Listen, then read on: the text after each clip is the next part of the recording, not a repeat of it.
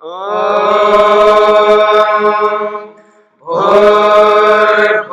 स्वः तत्सवितुर्वरेण्यं भर्गो देवस्य धीमहि धियो यो नः प्रचोदयात्।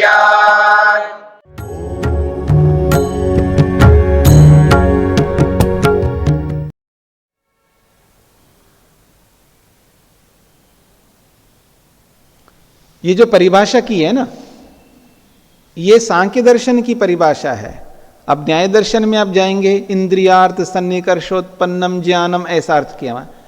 इंद्रियों का अर्थों के साथ जब सन्निकर्ष होता है, सन्निकर्ष का मतलब यही संबंध, याद करना, वो अपने शब्दों में उन्होंने अपना लक्षण किया है, ये अपने शब्दों में अपना लक्षण कर रहे हैं। इंद्रियार्थ सन्निकर्षोत्पन्नम ज्ञानम का, इंद्रिय और अर्थ के साथ जब सन्निकर्ष होता है, सन्निकर्ष का मतलब संबंध, तब वो जो ज्ञान उत्पन्न होता है उसको वो प्रत्यक्ष माना है। ठीक है जी। और यहां कह रहे हैं जिस वस्तु के साथ संबंध होता है, ठीक है ना, जिस वस्तु के साथ संबंध होता है उस संबंध से जो ज्ञान उत्पन्न होता है वो प्रत्यक्ष है। ये नहीं बताया इंद्रियों से संबंध होता है, ये नहीं बताया। इसलिए नहीं बताया है क्योंकि दोनों प्रकार से हम संबंध करते हैं। एक तो बाह्य इंद्रियों से संबंध करते हैं, एक आंतरिक इंद्रिय से संबंध करते हैं। तो इस परिभाषा में सारा प्रत्यक्ष ले लिया है, मतलब बाह्य इंद्रिय प्रत्यक्ष और आंतरिक इंद्रिय प्रत्यक्ष, बाह्य प्रत्यक्ष आंतरिक प्रत्यक्ष, दोनों प्रत्यक्षों को लिया है। और वहां पर भी न्याय में, न्याय वैशेषिक में इंद्रियार्थ सन्निकर्षोत्पन्नम ज्ञानम कह करके इंद्रिय और अर्थ का जो सन्निकर्ष होता है उसको प्रत्यक्ष माना है। तो वहां प्रश्न उपस्थित किया है, फिर तो योगियों को जो प्रत्यक्ष होता है वो तो प्रत्यक्ष लक्षण में आता नहीं है, क्योंकि वो इंद्रियों से तो सन्निकर्ष होता नहीं है। तो वह समाधान किया है वो भी इंद्रियार्थ सन्निकर्षी है। कैसे? मन को इंद्रिय कहते हैं, मन का एक नाम इंद्रिय भी है, उसको उभयम इंद्रियम कहते हैं, ऐसा समाधान किया है। तो यहां पर भी प्रश्न उपस्थित करेंगे आगे, तो उसका समाधान वैसा ही करेंगे लेकिन अपने शब्दों में। अत्र प्रत्यक्ष लक्षणे यह संबंध सिद्धम इति एव उक्तम, यह संबंध सिद्धम इत्येव उक्तम, पुरुषस्य वस्तुना सह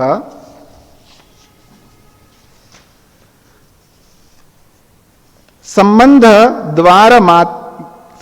द्वारा प्राप्तम ज्ञानम प्रत्यक्षम लक्षितम स वस्तु संबंध पुरुषस्य केन उपकरणेन भवति इति तु उक्तमेव न, तेन अत्र प्रत्यक्ष लक्षणे दोष प्रतिभाति इति भ्रांति ही अपाक्रियते।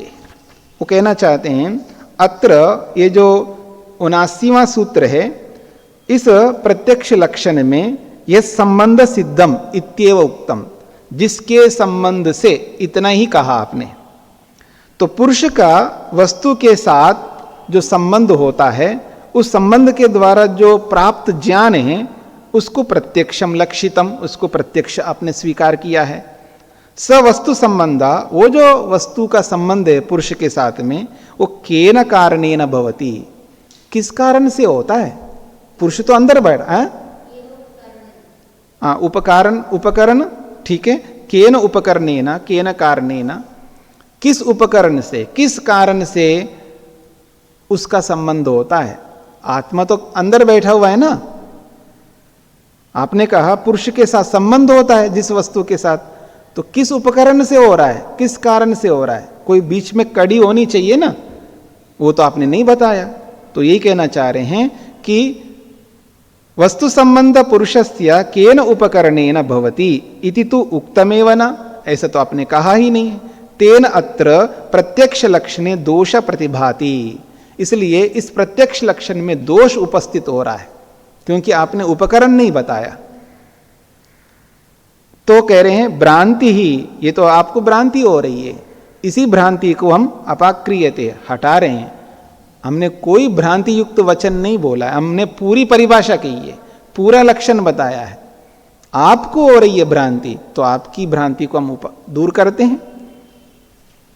तो इसलिए भ्रांति को दूर किया जा रहा है योगी नाम अबाह्य प्रत्यक्षत्वात् न दोषः, क्योंकि ऐसा अगर करेंगे तो दोष उपस्थित हो सकता है, ऐसा मान करके प्रश्न उपस्थित किया जा रहा था, तो उसका समाधान कर रहे हैं। योगियों को भी प्रत्यक्ष होता है, लेकिन उसको अबाह्य प्रत्यक्ष कहते हैं, यानी आंतरिक प्रत्यक्ष कहते हैं। इसलिए न दोषा, हमारे लक्षण में कोई दोष नहीं है।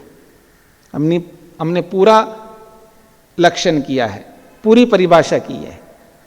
कह रहे हैं योगी नाम अबाह्य प्रत्यक्षम अनिंद्रिय प्रत्यक्षम आंतरिक प्रत्यक्षम भवति तदपि अनेन गृहीतम स्यात्। योगियों को जो अबाह्य प्रत्यक्ष होता है, अनिंद्रिय प्रत्यक्ष होता है, बाह्य इंद्रियों से नहीं होता है, अर्थात आंतरिक प्रत्यक्षम भवति, आंतरिक प्रत्यक्ष होता है। तदपि अनेन गृहीतम स्यात्, उस लक्षण को भी इसी से स्वीकार किया जाना चाहिए। उनका जो आंतरिक प्रत्यक्ष होता है, उस आंतरिक प्रत्यक्ष को भी इस प्रत्यक्ष लक्षण वाले सूत्र में स्वीकार करना चाहिए। संसारी नाम बाह्यम प्रत्यक्षम बाह्येन्द्रियेन वस्तु संबंध जनितम भवति। सांसारिक लोगों को जो बाह्य प्रत्यक्ष होता है, वो बाह्य इंद्रियों के माध्यम से वस्तुओं का संबंध जब होता है तब उनको ज्ञान होता है। तो इसलिए कह रहे हैं बाह्येन्द्रियेन वस्तु संबंध जनितम, बाह्येन्द्रिय के माध्यम से वस्तु के संबंध से उत्पन्न होने वाला वो भवति होता है। योगिनाम प्रत्यक्षम तो खलु अबाह्य प्रत्यक्षम आंतरिक प्रत्यक्षम अंतकरणेन वस्तु संबंध सिद्धम भवति। कहते हैं योगियों को जो प्रत्यक्ष होता है वो अबाह्य प्रत्यक्ष होता है, आंतरिक प्रत्यक्ष होता है, और वो प्रत्यक्ष अंतकरणेन, अंतकरण के माध्यम से। जैसे बाह्य प्रत्यक्ष बाह्य करणों के माध्यम से, बाह्य इंद्रियों के माध्यम से हो रहा है, आंख से प्रत्यक्ष हो रहा है, नाक से हो रहा है, रसना से हो रहा है, त्वचा से हो रहा है, कानों से हो रहा है, तो ये बाह्य इंद्रियों के माध्यम से हो रहा है। और योगियों को आंतरिक इंद्रियों से होता है, अंतकरण के माध्यम से होता है, मन से होता है, बुद्धि से होता है, ठीक है जी, अहंकार से होता है। तो अंतकरणेन, अंतकरण के साथ में वस्तु संबंध, वस्तुओं के साथ संबंध होता है, यानी आत्मा, परमात्मा, महतत्व, बुद्धि, सत्वरस्तम, इन सब का संबंध होता है, तब सिद्धम भवति, तब उनका प्रत्यक्ष सिद्ध माना जाता है। अत्र अस्माकं प्रत्यक्ष लक्षणे, जो हमने प्रत्यक्ष लक्षण किया है, यह संबंध सिद्धम इति संबंध सिद्धत्व लक्षणम तु उभयेषां संसारिणां योगिनां च प्रत्यक्षे समानम अतो न दोषो। कह रहे हैं हमने जो प्रत्यक्ष लक्षण किया है, सूत्रकार के माध्यम से भाष्यकार बोल रहे हैं, अत्र अस्माकं यद प्रत्यक्ष लक्षणम वर्तते तस्मिन् प्रत्यक्ष लक्षणे, उस प्रत्यक्ष लक्षण में यह संबंध सिद्धम, ऐसी परिभाषा हमने किया है, यद संबंध सिद्धम, जिसके साथ संबंध होने से सिद्ध होता है, ऐसा जो हमने परिभाषा किया है। इति संबंध सिद्धत्व लक्षणम, ऐसा जो संबंध सिद्धत्व का लक्षण किया है, यह लक्षण तो उभयेषाम संसारिणाम योगिनाम च, चाहे वो सांसारिक लोग हो चाहे वो योगी लोग हो, दोनों के प्रत्यक्ष लक्षण में वो समान है। अतः न दोषो, इसलिए कोई दोष नहीं आता। यतः, क्योंकि योगी नाम अबाह्य प्रत्यक्षमपि गृहीतम स्यात्, जिससे योगियों के अबाह्य प्रत्यक्ष को भी स्वीकार किया जाए, अनेन प्रत्यक्ष लक्षणेन इति, इस प्रत्यक्ष लक्षण के माध्यम से। इसलिए हमने इस संबंध सिद्धम ऐसा कहा है। अगर ऐसा ना कह करके हम लोग केवल इंद्रियों से सिद्ध होता ऐसा कहते तो आप दोष दे सकते थे कि भाई वो तो इंद्रियों से तो होता नहीं है, ठीक है। इसलिए हमने ये संबंध सिद्धम कहा, और वो जो संबंध है चाहे बाह्य इंद्रिय से हो जाए चाहे वो आंतरिक इंद्रिय से हो जाए, पकड़ में आ रहा है। वो जो संबंध है, ये संबंध से, जिस संबंध से सिद्ध होता है, वो जिस संबंध को आप बाह्य इंद्रिय के साथ लगा लो चाहे आंतरिक इंद्रियों से लगा लो, संबंध का सिद्ध होना आवश्यक है। तो यही कहना चाह रहे हैं यहां पर। सांख्यानाम प्रत्यक्ष लक्षण परिभाषायाम इत्याशय, तो ये संबंध सिद्धम जो हमने कहा है, ये सांख्य को मानने वाले प्रत्यक्ष लक्षण के लिए ये बात कही गई है। अब ये सूत्र का पूरा अर्थ हो गया है। दूसरे भाष्यकारों ने क्या अर्थ किया है उसको लेकर के कहा जा रहा है, अनिरुद्ध वृत्तौ विज्ञान भिक्षु भाष्ये च अस्मात् पूर्वम प्रत्यक्ष लक्षणकम सूत्रम बाह्य प्रत्यक्ष लक्षण परम ऐन्द्रियक प्रत्यक्ष लक्षण परम व्याख्यातम। वो कहते हैं अनिरुद्ध वृत्ति में और विज्ञान भिक्षु भाष्य में अस्मात् पूर्वम, इस सूत्र से पहले जो प्रत्यक्ष लक्षण किया है 79वें सूत्र में, उस सूत्र का अर्थ उन्होंने कैसा किया है, बाह्य प्रत्यक्ष लक्षणम, बाह्य प्रत्यक्ष को लेकर के किया है उन्होंने। ऐन्द्रिय का प्रत्यक्ष लक्षण परम व्याख्यातम, ऐन्द्रिय लक्षण परक उन्होंने अर्थ किया है, यानी इंद्रियों से होने वाले प्रत्यक्ष को मान करके अर्थ किया है। अगर ऐसा करेंगे तो योगियों का जो प्रत्यक्ष होगा ना वो अलग हो जाएगा, फिर उस प्रत्यक्ष लक्षण में दोष माना जाएगा, क्योंकि लक्षण ऐसा करना चाहिए जो दोष से हटा करके करना होता है। परिभाषा ऐसी परिभाषा करनी चाहिए जिसमें दोष ना आ जाए, और दोष आ जाए तो फिर वो लक्षण ठीक नहीं है। परिपूर्ण लक्षण करना होता है, सार्वभौम लक्षण करना होता है जिसमें सब कुछ आ जाए, तो लक्षण का मतलब ये होता है। ऐसा लक्षण मत करो जिसमें सब ना आ जाए। तो उन्होंने जो अर्थ किया है 79वें सूत्र को, वो केवल बाह्य प्रत्यक्ष को लेकर के अर्थ किया है, तब तो सूत्र में दोष आ जाएगा। इसलिए कहना चाह रहे हैं बाह्य प्रत्यक्ष लक्षणम इदम लौकिकम योग प्रत्यक्षस्तु अबाह्य अलौकिकम च, ऐसा अनिरुद्ध वृत्ति ने किया है। उनके भाष्य को उद्धृत किया है उन्होंने, क्या, बाह्य प्रत्यक्ष लक्षणम इदम लौकिकम। ये जो 79वां सूत्र है ये बाह्य प्रत्यक्ष लक्षण परक है, लौकिक प्रत्यक्ष है, और योगी प्रत्यक्षम तो अबाह्यम अलौकिकम च, और योगियों को जो प्रत्यक्ष होता है वो अबाह्य है, अलौकिक है, ऐसा अनिरुद्ध वृत्ति ने अर्थ किया है। ऐन्द्रिय का प्रत्यक्षमेव अत्र लक्ष्यम, वो कह रहे हैं ऐन्द्रियक प्रत्यक्ष को ही यहां स्वीकार करना चाहिए।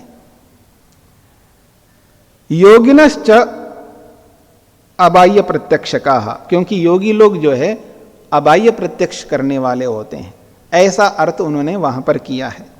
और विज्ञान भिक्षु ने क्या किया है, इत्थम उभयत्रापि सूत्रम अन्यथाई व्याख्यात। अच्छा, ये विज्ञान भिक्षु का है, ऐन्द्रिक प्रत्यक्षमेव अत्र लक्ष्यम, ऐन्द्रिय प्रत्यक्ष ही यहां लक्षित है 79वें सूत्र में, और 90वें सूत्र में योगिनश्च अबाह्य प्रत्यक्ष का, वो अबाह्य प्रत्यक्षक है। यानी 79वें सूत्र जो है केवल बाह्य प्रत्यक्ष को लेकर के किया है, और 90वें सूत्र को अबाह्य प्रत्यक्ष, क्या कह रहा था, 79वें सूत्र को बाह्य प्रत्यक्ष को लेकर के अर्थ किया है, और 90 सूत्र को अबाह्य प्रत्यक्ष योगियों के प्रत्यक्ष को लेकर के किया है। यानी दो अलग अलग परिभाषा किए हैं, ऐसा उन्होंने अर्थ किया है। पर परिभाषा ऐसा नहीं करते हैं, एक ही सूत्र में सारी बात आ जाए ऐसी परिभाषा की जाती है। ऋषियों की यही परंपरा रही है, एक ऐसी परिभाषा करो जिसमें सब कुछ आ जाए। तो उन्होंने 79वें सूत्र में ऐसा ही अर्थ किया है, और उसी के अनुरूप मैंने भाष्य किया है, ऐसा ब्रह्म मुनि जी कह रहे हैं। और अनिरुद्ध वृत्तिकार और विज्ञान भिक्षु जो लेखक है उन्होंने अलग ढंग से अर्थ किया है, वो मेरी दृष्टि से गलत है, ऐसा ब्रह्म मुनि जी कहना चाहते हैं। पूर्व सूत्रे न इंद्रिय शब्द उपात्तः, अब ब्रह्म मुनि जी कहना चाहते हैं उन्होंने गलत क्यों किया है, उसमें क्या कारण है वो बताया जा रहा है। पूर्व सूत्रे न इंद्रिय शब्द उपात्तः, पूर्व सूत्र में यानी 79वें सूत्र में इंद्रिय शब्द का तो उल्लेख नहीं किया है, सूत्र में इंद्रिय शब्द का कथन तो किया नहीं है। बाह्येन्द्रियेण व अंतकरणेन व, ऐसा कुछ कहा ही नहीं वहां पर, बाह्येन्द्रिय से या आंतरिक इंद्रिय से ऐसा कोई उल्लेख ही नहीं किया। संबंध सिद्धम प्रत्यक्षमिति सामान्य लक्षणम, वहां तो केवल संबंध सिद्धम कहा, सामान्य लक्षण किया है। तो सामान्य लक्षण में ही सारी बातें आ जाएंगी, विशेष भी और सामान्य भी। यह संबंध सिद्धम पदेन सूचितम, केवल यह संबंध सिद्धम इस पद से सूचित किया है। अतएव इसलिए तत्र सूत्रोक्ते प्रत्यक्ष लक्षणे न दोषः, उस 19वें सूत्र में जो प्रत्यक्ष का लक्षण किया है उसमें किसी भी प्रकार का कोई दोष नहीं है। तत्र योगी प्रत्यक्षे अपि तद व्याप्ते अभिष्टत्वात्, योगी का जो प्रत्यक्ष होता है वो भी उसी सूत्र के लक्षण में व्याप्त है, उसी सूत्र के लक्षण में आ जाता है, उसके लिए अलग कहने के लिए दोष नहीं आता। इसीलिए 90वें सूत्र में स्पष्ट किया है कि योगियों को जो अबाह्य प्रत्यक्ष होता है वो उसी लक्षण में आता है, इसलिए उस लक्षण में कोई दोष नहीं आता है, ऐसा कहकर के इसका सूत्र बनाया गया है। अगर ऐसा नहीं बनाते तो केवल न दोषा नहीं पढ़ते, फिर योगी नाम अबाह्य प्रत्यक्षत्वाद इतना ही कहते हैं। ये इतना कहकर के इसके लिए कोई और शब्द जोड़ते हैं, भिन्नम प्रत्यक्षम ऐसा कह देते हैं। योगी नाम अबाह्य प्रत्यक्षत्वाद भिन्नम प्रत्यक्षम योगिनाम भवति, ऐसा कुछ कह सकते थे आप, पर ऐसा ना कह करके उसी लक्षण में सारी बात कह करके कोई प्रश्न उपस्थित कर सकता है। उस प्रश्न का समाधान इस 90वें सूत्र से किया है कि उसी लक्षण में योगियों का भी होता है, इसलिए उस लक्षण में कोई दोष नहीं है, ऐसा कहना चाहते हैं सूत्रार्थ।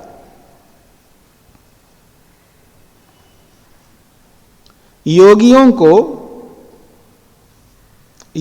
को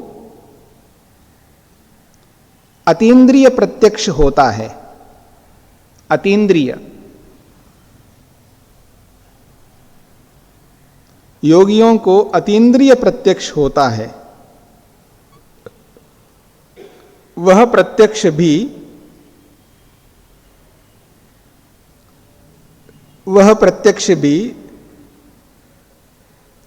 पूर्व सूत्र की परिभाषा में आ जाता है।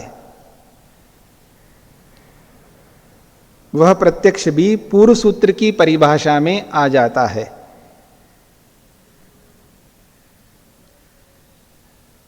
इसलिए प्रत्यक्ष की परिभाषा में कोई दोष नहीं है। इसलिए प्रत्यक्ष की परिभाषा में कोई दोष नहीं है।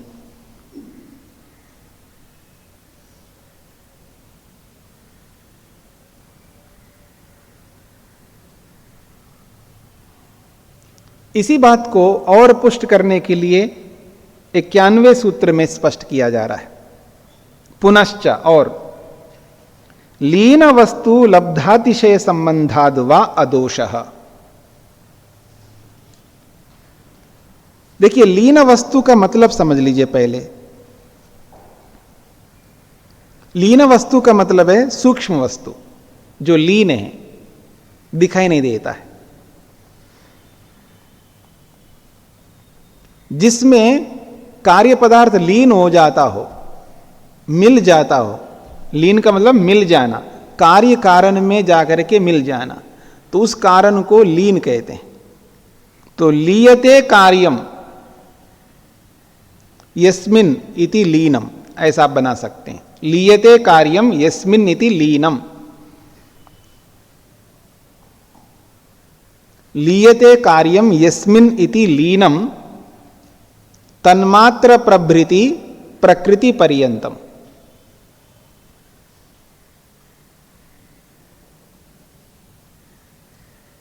लीयते कार्यम यस्मिन इति लीनम तन्मात्र प्रभृति प्रकृति पर्यंतम।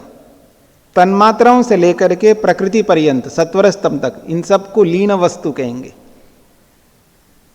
क्योंकि इन सब में कार्य पदार्थ अपने अपने कारणों में विलीन होते हैं। तो कहते हैं लीन वस्तु लब्धातिशय संबंधात। जो लीन वस्तु है वो आत्मा के बिल्कुल निकट है,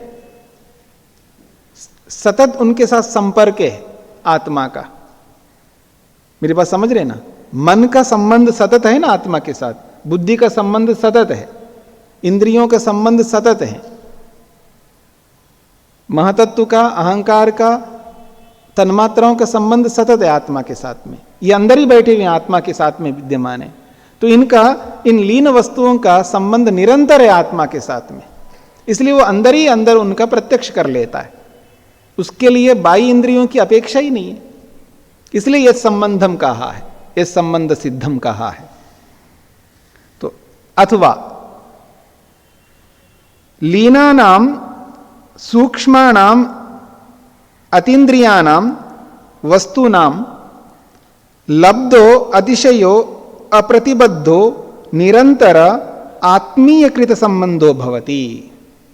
वो कहते हैं जो लीन वस्तु हैं यानी सूक्ष्म पदार्थ हैं, जो अतीन्द्रिय हैं, इंद्रियों से जो दिखने वाले नहीं हैं, ऐसे पदार्थों का लब्धा प्राप्त होना, अतिशय अप्रतिबद्ध, अतिशय यानी अत्यधिक निकट है, निरंतर आत्मीयकृत संबंध, निरंतर आत्मीय संबंध है उनको, निरंतर आत्मा के साथ लगातार उनका संबंध है।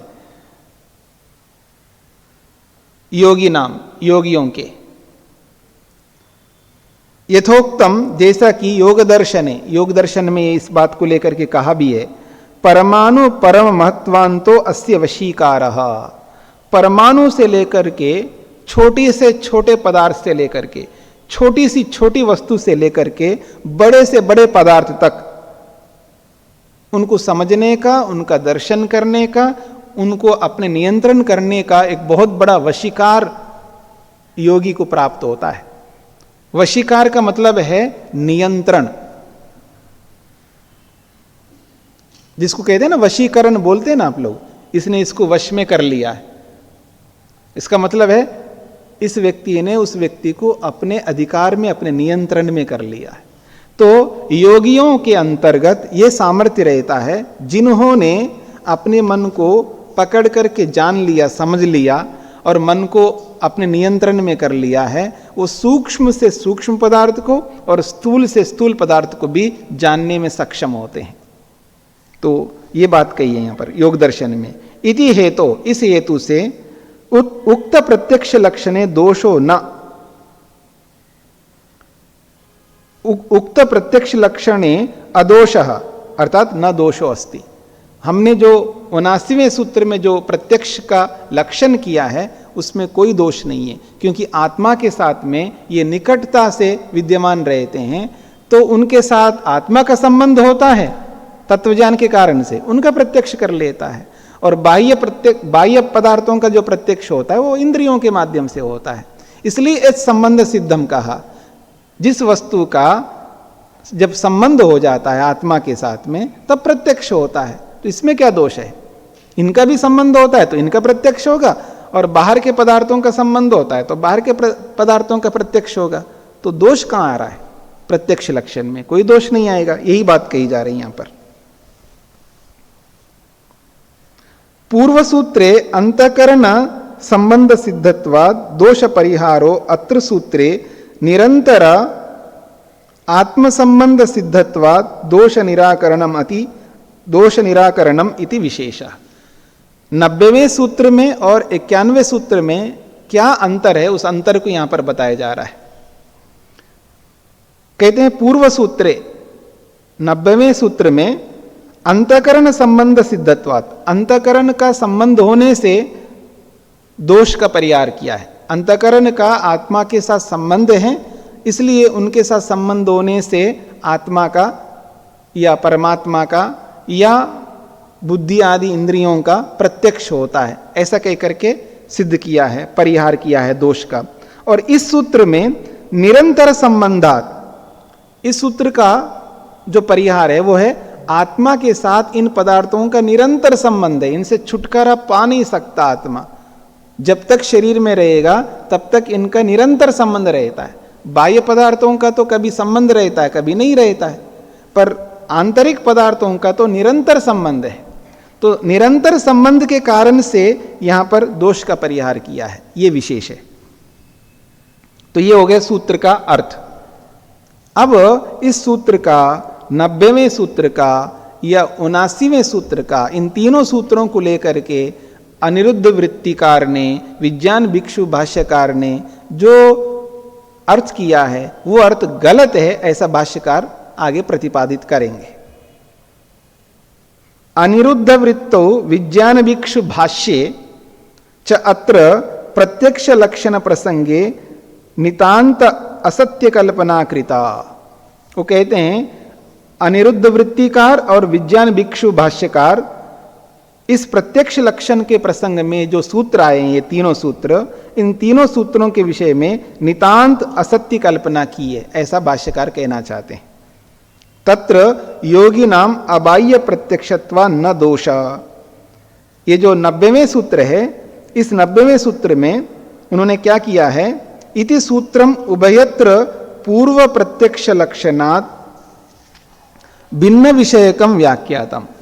पूर्व लक्षण जो किया है 79वें सूत्र में, जो प्रत्यक्ष का लक्षण किया है, उस लक्षण से इस 90वें सूत्र में अलग लक्षण किया है प्रत्यक्ष को लेकर के, ऐसा उन्होंने अर्थ किया है। यानी दोनों लक्षण अलग अलग है, बाह्य प्रत्यक्ष का लक्षण अलग और आंतरिक लक्षण, आंतरिक प्रत्यक्ष का लक्षण अलग है, ऐसा व्याख्या की है उस भाष्यकार ने। यही गलती उन्होंने की है, ऐसा कहना चाहते हैं। यत पूर्वत्व ऐन्द्रियकस्य बाह्य इंद्रिय साध्यस्य लौकिकस्य प्रत्यक्षस्य लक्षणम उक्तम। तो पूर्व सूत्र में 79वें सूत्र में वो ऐन्द्रियक बाह्येंद्रिय से होने वाला जो लौकिक प्रत्यक्ष है उसका लक्षण है, ऐसा कहा है। न योगिनाम प्रत्यक्षस्य अबाह्यस्य, योगियों का जो अबाह्य प्रत्यक्ष होता है, आंतरिक प्रत्यक्ष होता है, उस आंतरिक प्रत्यक्ष को 79वें सूत्र में नहीं कहा गया है, ऐसा भाष्य किया है उन्होंने। पकड़ में आ रही है बात? बाह्य प्रत्यक्ष लक्षणम इदम लौकिकम योगी प्रत्यक्षम तु अबाह्यम अलौकिकम च अतो न अव्यापकत्व दोषः, ऐसा अर्थ किया उन्होंने। उनके भाष्य का कुछ उद्धरण यहां पर दिया है, उन्होंने कैसे भाष्य किया है। उन्होंने क्या भाष्य किया है, बाह्य प्रत्यक्ष लक्षणम इदम लौकिकम। ये जो 79वें सूत्र में जो लक्षण किया है, ये बाह्य प्रत्यक्ष लक्षण को लेकर के किया है, लौकिक प्रत्यक्ष को लेकर के किया है। योगी प्रत्यक्षम तो अबाह्यम अलौकिकम च, और योगियों को जो प्रत्यक्ष होता है वो अबाह्य है, अलौकिक है। अतः न अव्यापकत्व दोषा, व्यापकत्व अव्यापकत्व का दोष नहीं आएगा। वो कहना चाहते हैं जब एक लक्षण में सारी बातें कहते हैं ना, तो वो लक्षण क्या होता है, व्यापक होता है, यानी सब वस्तुओं को व्याप्त करेगा वो लक्षण। पकड़ में आ रहा है? और ऐसा लक्षण किया है कि वो केवल लौकिक प्रत्यक्ष को लेकर के किया है और इसमें आंतरिक प्रत्यक्ष को लेकर के किया है, तो अव्यापकत्व दोष कैसे आएगा, ऐसा बोल करके उन्होंने भाष्य किया है। ये कहना चाहते हैं। ये बात पकड़ में आ रही है? कोई भी परिभाषा, कोई भी लक्षण ऐसा हमको करना चाहिए वो सबके साथ व्याप्त हो लक्षण, यानी प्रत्येक पदार्थ के साथ वो घटित हो जाए। इसको कहते हैं व्यापक परिभाषा या व्यापक लक्षण। और ऐसा लक्षण करो जो सबको प्राप्त ना हो, उसको अव्यापक परिभाषा या अव्यापक लक्षण कहते हैं। तो उन्होंने ऐसा अर्थ किया है, उसके अर्थ में एक लक्षण को केवल लौकिक प्रत्यक्ष को लेकर के किया है और एक लक्षण को अलौकिक आंतरिक प्रत्यक्ष को लेकर के किया है। तो दो परिभाषाएं बनाई। तो दो परिभाषा बनाना अधिक उचित है या एक परिभाषा बनाना अधिक उचित है? जब एक में ही सारी बातें आ सकती हों तो एक परिभाषा बनाना ही अधिक उपयुक्त है, फिर दो नहीं बनाना चाहिए। इसको फिर बढ़ जाएगा, इसको दोषपूर्ण माना जाता है। एक शब्द से बात बन सकती हो तो दो शब्दों का प्रयोग क्यों करो? गौरव दोष आता है, इसको गौरव दोष कहते हैं। गौरव का मतलब है वाक्य बनाना, यानी सूत्र बनाना, एक अतिरिक्त सूत्र, एक सूत्र को बढ़ाना है, तो इसमें गौरव माना जाता है। भाषा की दृष्टि से कम शब्द होने चाहिए, उसको बहुत अच्छा माना जाता है। और भाषा की दृष्टि से अधिक शब्दों का प्रयोग करोगे उसको गौरव कहते हैं। लाघव होना चाहिए, संक्षेप होना चाहिए। सूत्र का अर्थ ही संक्षेप होता है। तो कम से कम शब्दों में, कम से कम सूत्रों में अपनी सारी बातों को रखने का ही ऋषियों का उद्देश्य होता है। तो इसलिए उन्होंने एक ही सूत्र में दोनों ही प्रत्यक्षों को कह दिया है और भाष्यकारों ने उसको अलग अलग करके अलग अलग परिभाषाएं कर दिया है, अलग अलग माना है। यही उनकी कल्पना है, ऐसा ब्रह्ममुनि जी कहना चाहते हैं। यो शान्तिरन्तरिक्षं शान्तिर्पृथिवी शान्तिरापः शान्तिरोषधयः शान्तिः वनस्पतयः शान्तिर्विश्वे देवा शान्तिर्ब्रह्म शान्ति सर्वं शान्ति शान्तिरेव शान्ति शामा शान्तिरेधि। ॐ